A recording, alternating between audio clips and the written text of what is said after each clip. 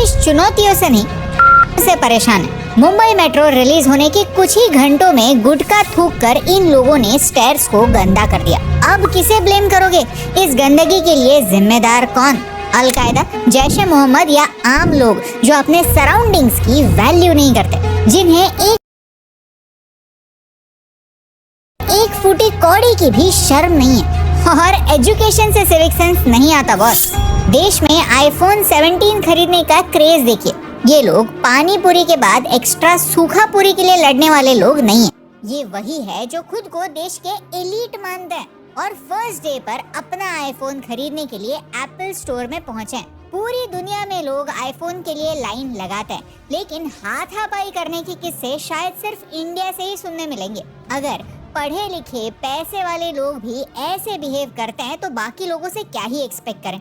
Indians को line में खड़ा रहना आता ही नहीं, क्योंकि हमें लगता है कि सिर्फ हमारा ही टाइम इम्पोर्टेंट है, बाकी किसी का नहीं। और ये वीडियो इसी बात का प्रूफ है। ये वीडियो देखकर तुम्हें भी गुस्सा आएगा। Say, don't try it. Don't try it. No. I don't care. Move.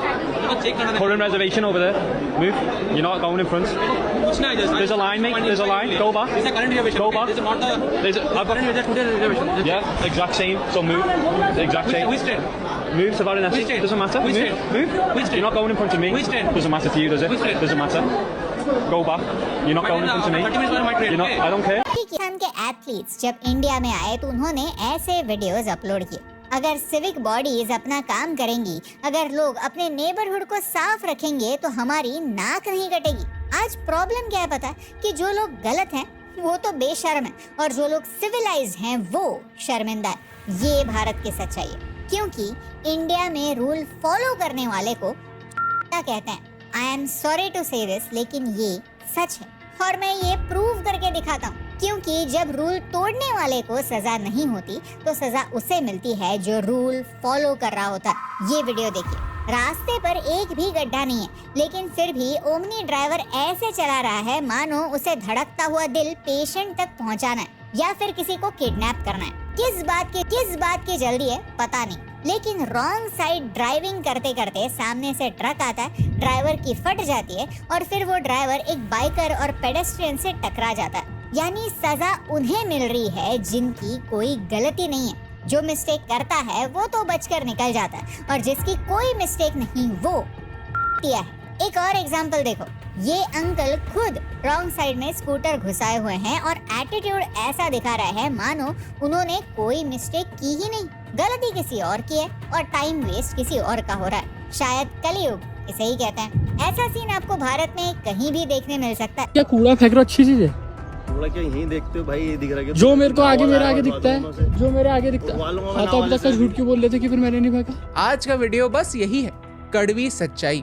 लेकिन ये कड़वी सच्चाई हर इंडियन तक पहुंचनी चाहिए ताकि हम सब थोड़ा सेल्फ रिफ्लेक्शन कर पाएं। खुद को विश्वगुरु कहने से पहले थोड़ा आस पड़ोस में देखें, क्योंकि भारत देश महान है लेकिन 100 में से 99 बेईमान है। क्योंकि देश में सफाई ना होने के लिए, सिविक सेंस ना होने के लिए जिम्मेदार हैं ऐसे लोग। ये देखिए, ये है मिजोरम का सैरांग रेलवे स्टेशन, जिसके इनॉग्रेट होने के कुछ ही समय बाद ये हालत हो गई। अमृत भारत एक्सप्रेस के इनॉग्रेशन के दिन पर ही वॉश बेसिन में पान थूक के जैम कर दिया गया था। लोग कहते हैं कि बिहार के लोग शहरों में आते हैं क्योंकि बिहार में फैसिलिटीज नहीं है, और अगर फैसिलिटीज बनाई तो क्या होता। ये है सुल्तानगंज रेलवे स्टेशन, जिस पर एक दो नहीं पूरे 24 करोड़ खर्च हुए और लोगों ने इसे ऑलरेडी डस्टबिन बनाकर रख दिया। ऐसा दिखता है 24 करोड़ रुपए का डस्टबिन। देश के कुछ लोगों को फ्रीबीज की इतनी आदत हो चुकी है कि उन्हें लगता है कि रोड उनके बाप का, लिटरली। इसीलिए वो ये नया नवेला बनाया हुआ रोड भी चुरा कर लेकर जा रहे हैं। India is not for beginners Baba, and Bihar is not even for experts. 8 लोगों ने मिलकर बिहार में एक 60 फुट का ब्रिज ही चोरी कर लिया। ये लोग इतने ईमानदार थे कि सुबह 7 से शाम तक हर रोज काम करते थे, मानो उन्हें लग रहा था कि इसमें कुछ गलत है ही नहीं। अगर आपको लगता है कि this is a Bihar specific problem, then wait. Mumbai देश की फाइनेंशियल कैपिटल भी कुछ अलग नहीं है। पिछले साल की ही न्यूज है। चोर सिविक वर्कर्स के भेस में आए, उन्होंने रोड खोदा और रास्ते के नीचे जो कॉपर वायर्स होती है ना, वही चुरा कर लेकर गए। कितने वैल्यू की पता है? 6 से 7 लाख रुपए। बाद में जब कंप्लेन की तो बीएमसी ने कहा कि अरे हमने तो कोई खुदाई शुरू ही नहीं की। मुंबई में बारिश के पहले खुदाई होना इतनी आम बात हो चुकी है कि किसी को इसमें कुछ ऑड लगता है ही नहीं। दिन दहाड़े चोरी हो जाती है और किसी को घंटा फर्क नहीं पड़ता।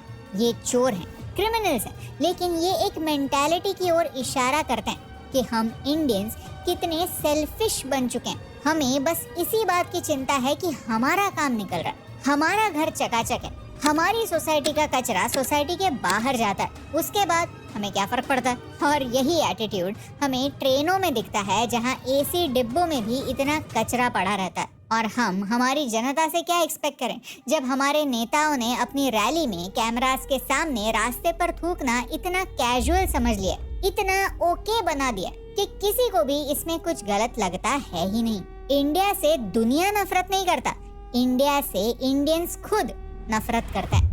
ये है हमारा अटारी बॉर्डर जहां चाचा आइसक्रीम खाकर वहां पर ही कचरा फेंक रहे हैं और एक रशियन टूरिस्ट उनका वीडियो लेकर अपना डिसअपॉइंटमेंट जता रही है। लिटरली एक फॉरेनर को भी आयरनी समझ रही है कि अटारी बॉर्डर एक ऐसी जगह है जहां पर हमें नेचुरली पेट्रियोटिक होना चाहिए, हमारी देशभक्ति, हमारा देश प्रेम जताना चाहिए, और वहां पर ही ये चाचा इतने कैजुअली आइसक्रीम का रैपर फेंक रहे हैं। ये बात उस फॉरेनर को रियलाइज हो रही है, लेकिन इस चाचा को बिल्कुल रियलाइज नहीं हो रही है। और फिर हम कहते हैं कि टूरिस्ट भारत को सारे जहां से अच्छा क्यों नहीं कहते। हमारी हरकतें ही कुछ ऐसी हैं। What did you do? You dropped it. You pick it up. Put in the bin. But you dropped it. It's okay. It's not okay. No. It's not okay. You pick it up. Excuse me. $1. $1? No, I'm not giving you anything. Look at this.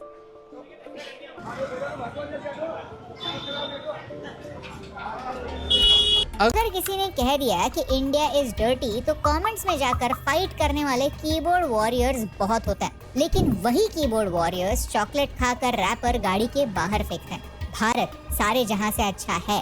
अगर ऐसे नमूनों को भारत से बाहर निकाले तो ये video देखिए और इस बंदे का टूरिस्ट की ओर देखने का नजरिया देखिए। 150 रुपए मिल रही है आप सबको, ये 150 रुपए में, ये 150 की, ये 200 की, ये 500 रुपए की है, ये 300 रुपए की है, 300 में ना, ये 200 रुपए की है। ओए इंडियन फॉरेन टूरिस्ट को अनकंफर्टेबल करना कोई इनसे सीखे।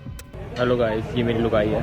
Hello Hi. तो मेरी लुगाई ना, यस हेलो ब्रो, यो ये मेरा साला है। कैसा लगा साला, कर दो, मेरा साला है ये, देश में कुछ नहीं दे रहा मुझे, लाइक करो। ताजमहल को दुनिया की सबसे सुंदर बिल्डिंग में से एक माना जाता है। ताजमहल दुनिया के 7 वंडर्स में से एक है, फिर भी ताजमहल के बाहर ये हाल है और इसे फिक्स करना कोई बड़ी बात नहीं है। अगर एआई भी ये इमेजिन कर सकता है तो हमारे यूपीएससी टॉपर्स क्यों नहीं कर सकते। किसी टूरिस्ट स्पॉट पर आपने किसी को कचरा करते हुए देखा और आपने उसे कन्फ्रंट किया तो उल्टा आपको ही पूछा जाता है कि तेरे बाप का क्या जाता है। You mind your own business.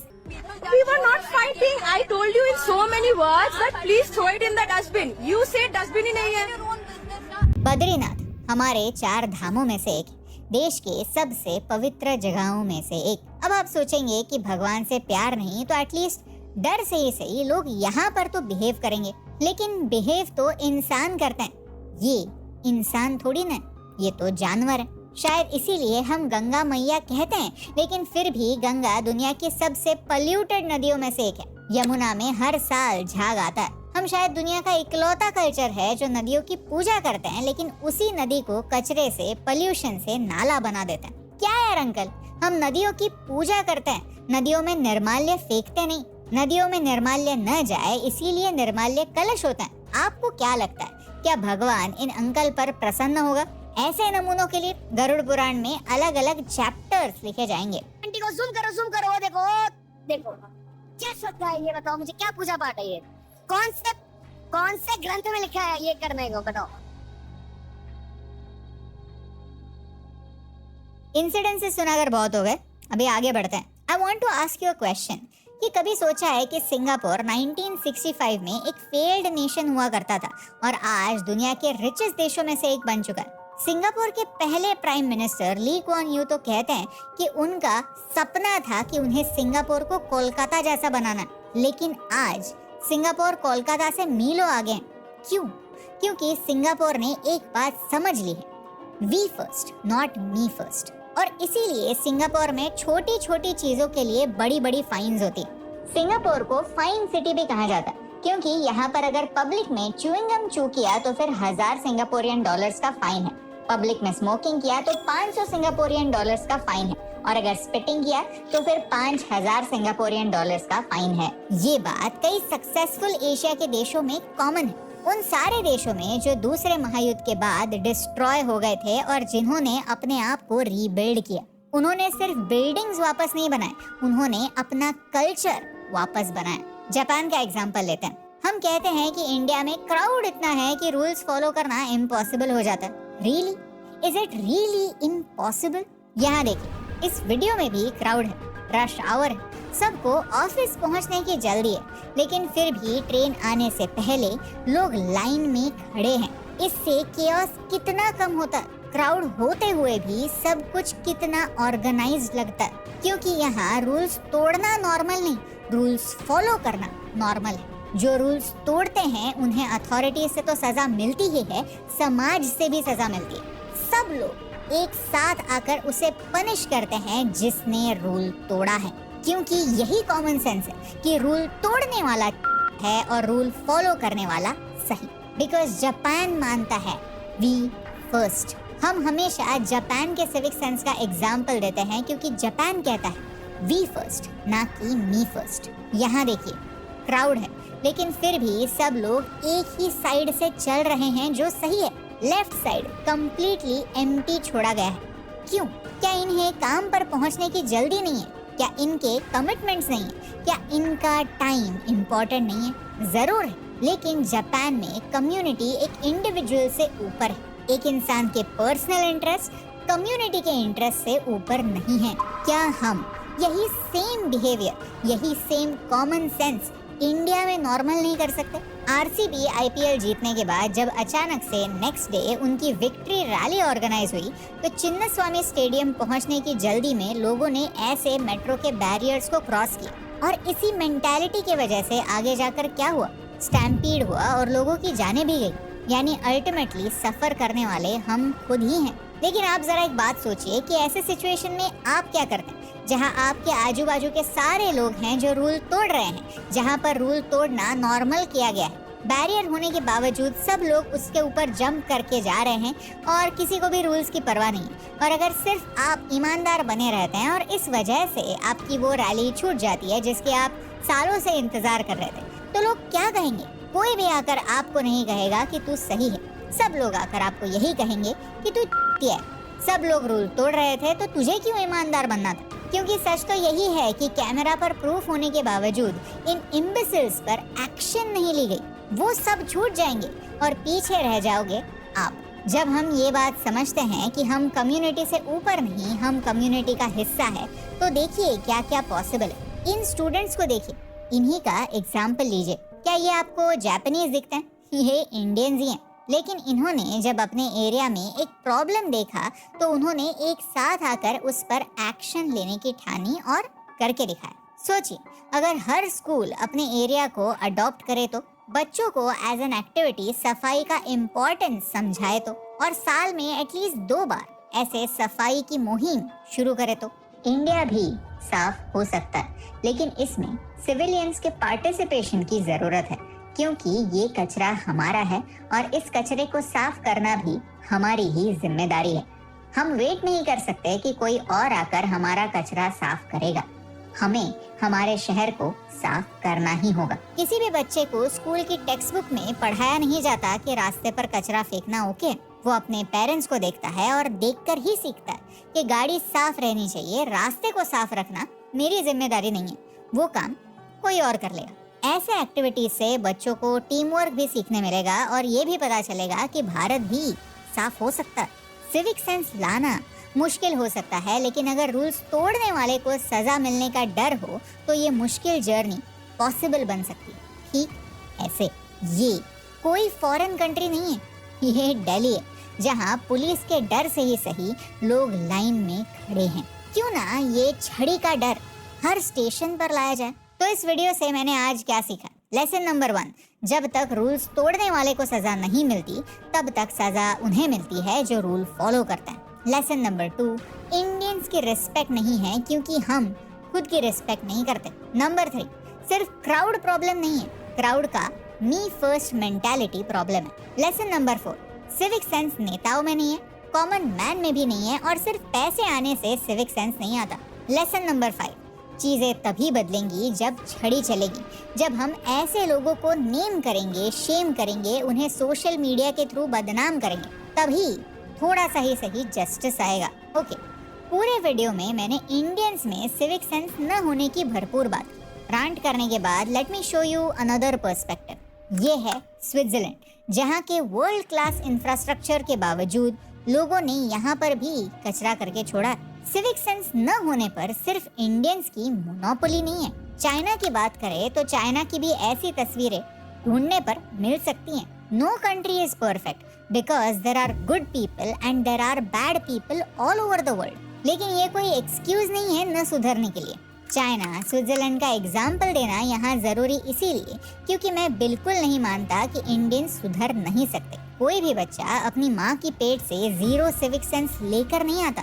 हम आसपास देखते हैं और हम सीखते हैं कि नॉर्मल क्या है। हमें इस नॉर्मल की डेफिनेशन को बदलने की जरूरत है ताकि रूल्स फॉलो करना नॉर्मल बने और रूल्स तोड़ने वाले को सजा देना नॉर्मल बने। अगर आप भी मेरे साथ हैं तो प्लीज इस वीडियो को शेयर कीजिए और ऐसे ही सिविक सेंस पर वीडियोस हम हर महीने बनाते रहेंगे।